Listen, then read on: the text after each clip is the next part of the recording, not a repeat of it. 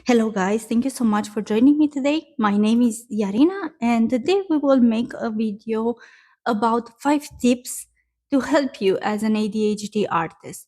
These are things that actually worked for me, and I decided to make a video just to offer a support. On the background, you see my drawing, Pizza Space, made in Krita. As you know, I'm a huge fan of Krita.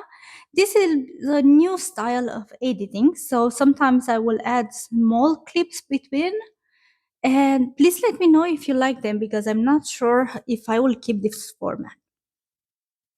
First of all, number one, keep a sketchbook where you have your coffee every day. In the evening, after sketching several stuff, I just put my sketchbook on the table because I know that every morning I will go at the table and have my coffee. That's near my laptop. So every morning is very easy for me to just open it and take the pen and draw. I think one of the most important things is if you want to make progress as an ADHD artist is to be sure that you're accommodating yourself. So instead of judging yourself that you didn't draw today, just put something near you so that you will be able to draw without using all of your will. Second thing, change what you learn because every time you might get bored. So, for example, I started wanting to draw portraits, and now I'm learning cartoons, and some of other times I was learning anatomy. So, it's very simple for neurotypical people to say, I want to learn to draw a portrait, and they will just keep on learning that.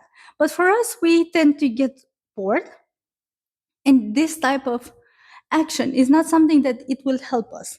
We need to change things. Okay, you can learn how to draw squares. I don't know, something that it's different, but it will always help you improve.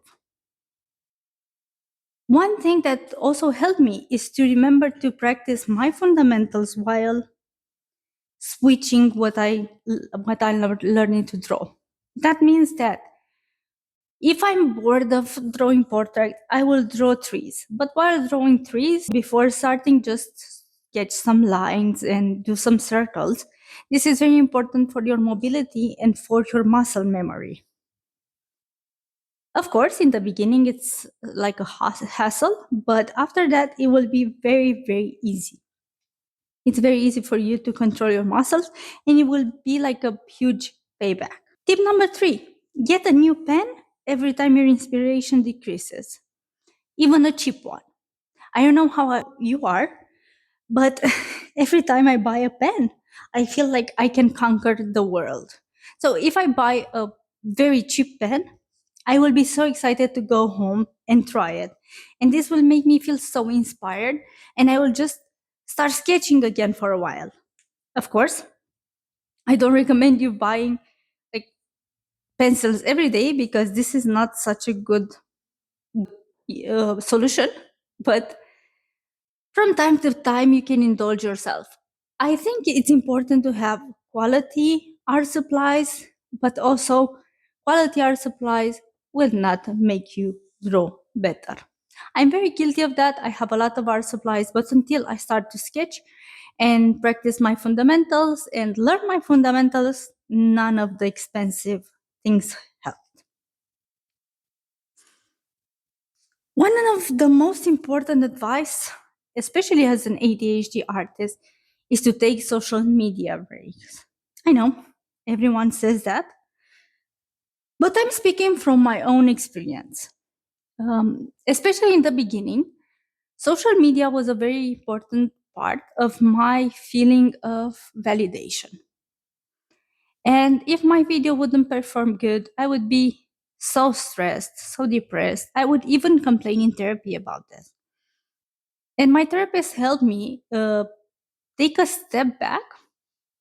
And then I took, I think, 4 or 5 breaks until I realized what exactly I want to do as an ADHD artist. What exactly is my message, what I would truly want to draw.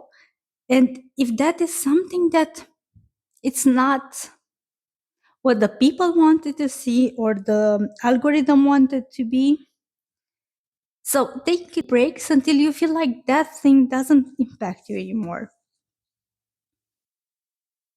Number five, I know I've told you that it's good to learn stuff and learn a lot of new stuff, but I also have a good point, a good tip regarding finances. It would be better to check your local library because it's possible that your local library has some LinkedIn learning access or something similar, or you can also check out books that can help you learn different things. I think this is very helpful. For me, it's very peaceful to go to the library, have some tea or coffee, and look at the books and choose something to learn. Even though sometimes the books are in German, I just watch because it's drawing and you just need to understand the drawing. I hope you like this type of video. Honestly, I feel like I'm actually a little anxious because I'm so excited about speaking to you about this topic, and I would love to see your opinion also in comments. Please don't forget to like, share, and subscribe because this will help me immensely, and it will also tell me what would you want to see more. Thank you so much. Bye.